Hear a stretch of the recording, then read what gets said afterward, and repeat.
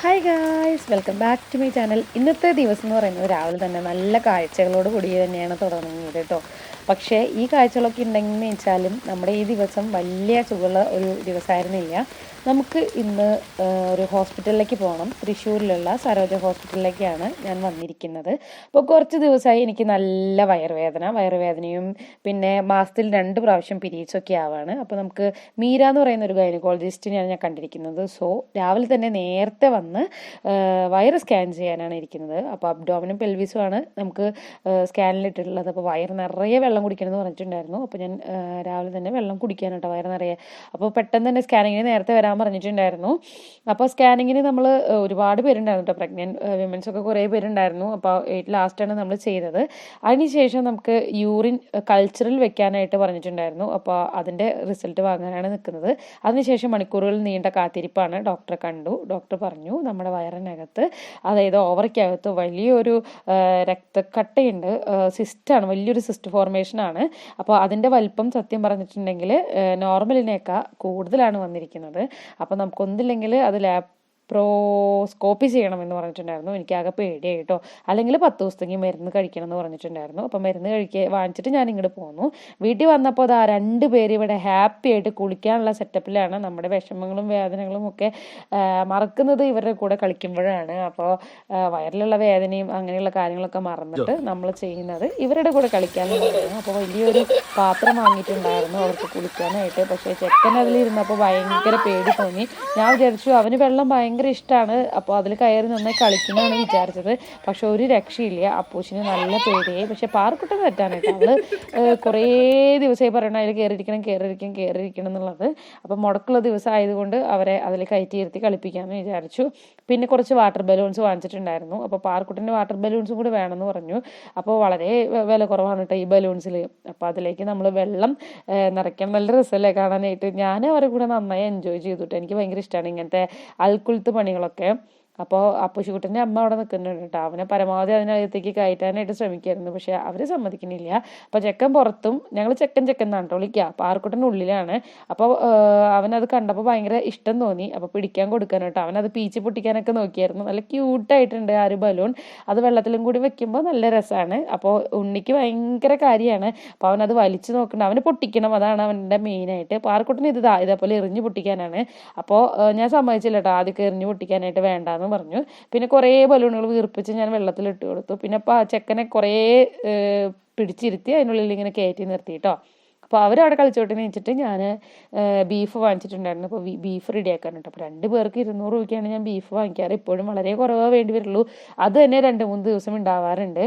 അപ്പോൾ അതിന് വേണ്ടിയിട്ടുള്ള ഇഞ്ചി, പച്ചമുളക്, ചെറിയ ഉള്ളി, സബോള അതൊക്കെ റെഡിയാക്കലാണ് കേട്ടോ പണി. ഇത് റെഡിയാക്കാനാണ് എനിക്ക് കൂടുതൽ സമയം വേണ്ട. പിന്നെ പണികളൊക്കെ ഞാൻ ഭയങ്കര സ്ലോ ആണെന്നുള്ള കാര്യം അറിയാലോ. അതിനുശേഷം ഞാനിത് മൂപ്പിച്ചെടുക്കുകയാണ്. സബോളയും ഇഞ്ചിയും പച്ചമുളകും എല്ലാം കൂടിയിട്ട്.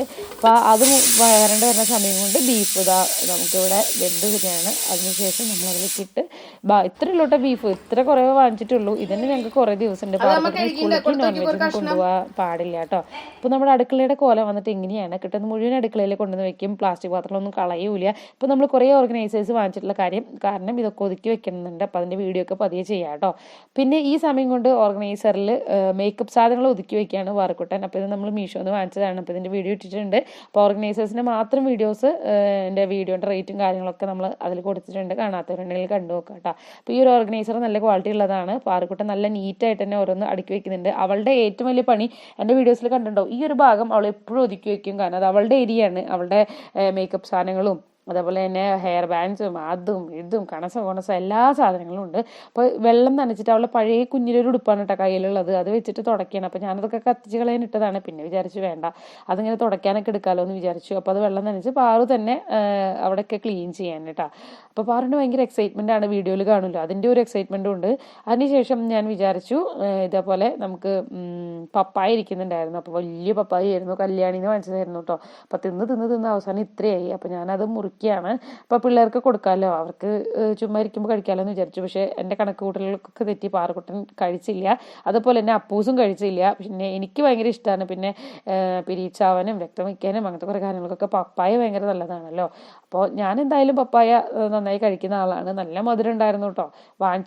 ആപ്പിളിനേക്കാൾ നല്ല മധുരം പഴുത്ത് കഴിഞ്ഞ് നല്ല പഴുപ്പ് കൂടിയപ്പോഴായിരുന്നു. നല്ല പപ്പായ ആയിരുന്നു കേട്ടോ. എനിക്കിങ്ങനെ റെഡ് കളർ പപ്പായ ഭയങ്കര ഇഷ്ടമാണ്.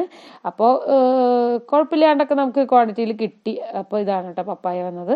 അപ്പോൾ പാറക്കുട്ടനും അപ്പൂസും കൂടി അവിടെ നിന്ന് ചോറുന്നാണ്.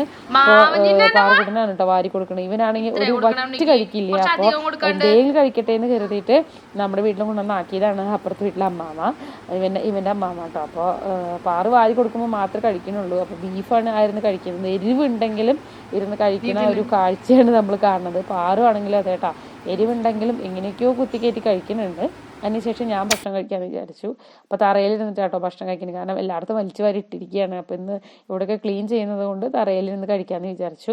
പിന്നെ ഇവർ കഴിച്ചു പോയതിൻ്റെ ആ ഒരു ഭംഗിയാണ് ഈ കാണുന്നത്. അപ്പോൾ നമ്മുടെ അമ്മമാർക്ക് എപ്പോഴും ഉണ്ടാവില്ല, അടിക്കലും തുടക്കലും അത് തന്നെയാണ് എല്ലാ വീട്ടിലും എല്ലാവരുടെയും പ്രശ്നം. ഇവരവിടെ എങ്ങനെ വലിച്ചു വാരിടും, നമ്മളൊരു സൈഡിൽ നിന്ന് ഒതുക്കി തുടങ്ങും. അപ്പോൾ മുടക്കുള്ള ദിവസങ്ങളിൽ ഇപ്പോൾ എൻ്റെ മെയിൻ പണി ഇതൊക്കെയാണ്. അപ്പോൾ ബീഫ് വെച്ചതിൻ്റെയും കുറേ പാത്രങ്ങളുണ്ടായിരുന്നു. അപ്പോൾ അതൊക്കെ കഴുകി വയ്ക്കാനും കേട്ടോ. അപ്പോൾ നമ്മൾ എന്താ പറയുക, സ്കാൻ ചെയ്തതിൻ്റെ വിശേഷങ്ങൾ പറയാം. അപ്പോൾ നമുക്ക് ആ വയറ്റിലുള്ള ആ ഒരു സിസ്റ്റ് നമ്മൾ 10 ദിവസം മരുന്ന് കഴിക്കാൻ പറഞ്ഞു. അപ്പോൾ 10 ദിവസം ആ മരുന്ന് കഴിച്ച് കഴിഞ്ഞ ദിവസം നമ്മൾ പീരീഡ്സ് ആവും. പീരീഡ്സ് ആയി കഴിഞ്ഞിട്ട് ആ ബ്ലഡിൻ്റെ സ്റ്റെയിനൊക്കെ നിന്ന് കഴിയുമ്പോൾ ഡോക്ടർ വീണ്ടും കാണാൻ പറഞ്ഞിട്ടുണ്ട്.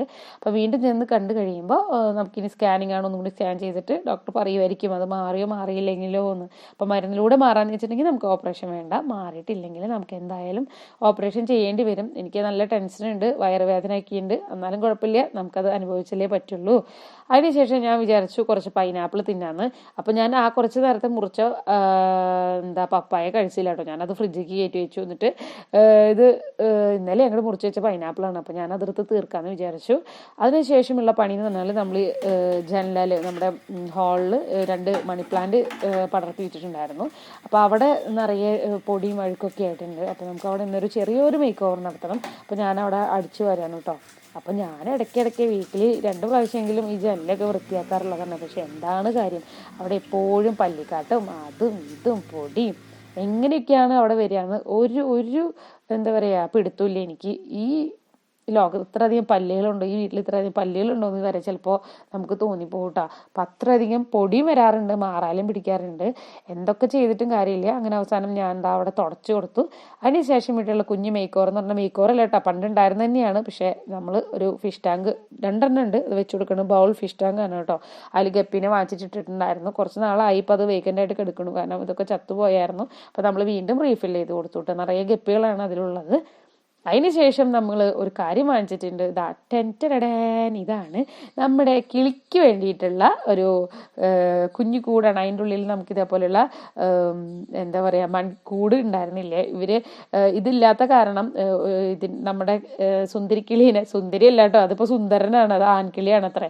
അപ്പോൾ അതിന് കൊത്തിക്കൊല്ല ചെയ്തത് അതിൻ്റെ പെയറിനെ. അപ്പോൾ ഇവറ്റകൾക്ക് രക്ഷപ്പെടാനായിട്ട് ഇതേപോലെയുള്ള മണ്ണിൻ്റെ ഇതേപോലെയുള്ള കൂടുകൾ, മൺകലങ്ങൾ വെച്ച് കൊടുത്തിട്ടുണ്ടെങ്കിൽ അതിൻ്റെ ഉള്ളിൽ കയറി ഇരിക്കാൻ പറ്റും. അപ്പോൾ ഞാനൊരു വെറൈറ്റി ആയിട്ടുള്ള ഒരു മൺകലം കണ്ടതാണ്. അപ്പോൾ അത് വാങ്ങിച്ചിട്ട് നമ്മൾ വെച്ചു കൊടുക്കാൻ പോകാൻ കേട്ടോ. അപ്പോൾ നമ്മുടെ സുന്ദരൻ കിളിക്ക് ഒരു സുന്ദരി കിളിനെ കൂട്ട് ഇട്ടിട്ടുണ്ട്. അപ്പോൾ നമുക്ക് ഇവരുടെ പേര് മാറ്റണമെന്ന് വിചാരിച്ചിട്ടുണ്ട്.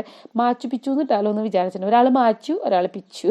അപ്പോൾ നമുക്കിത് കടക്കില്ലേ ഡയറക്റ്റ് അതിൻ്റെ കഥയിൽ കൂടെ. അപ്പോൾ ഞാൻ മോൾ ഭാഗം തുറന്നിട്ടാണ് വെക്കുന്നത്.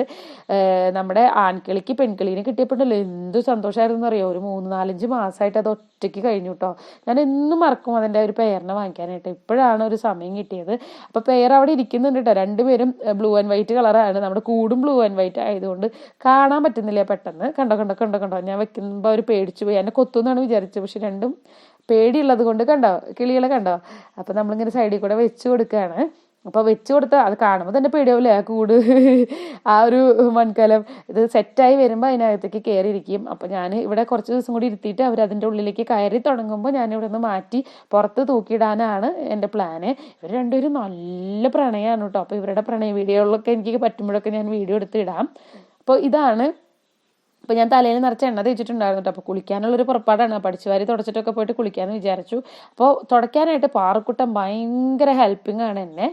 അപ്പോൾ അവൾ നല്ല വെയിറ്റുള്ള തുണിയാണ് കേട്ടോ. അപ്പോൾ ഞാൻ അധികം സമ്മതിച്ചില്ല. പിന്നെ അവളെ കൊണ്ട് ഇതിൻ്റെ ഇടയിലൊക്കെ തുടയ്ക്കാനൊന്നും പറ്റില്ല. അപ്പോൾ ഞാൻ പറഞ്ഞു മതി പാറക്കുട്ടൻ മതി, അവൾക്കാണെങ്കിൽ വീഡിയോ എടുക്കും വേണം, അവൾ പണി ചെയ്യും വേണം, എല്ലാം കൂടിയിട്ട്. അപ്പോൾ ഞാനിങ്ങനെ പ്ലെയിൻ ആയിട്ടുള്ള കുറച്ച് ഏരിയ വന്നപ്പോൾ അവൾക്ക് തുടയ്ക്കാൻ കൊടുത്തു.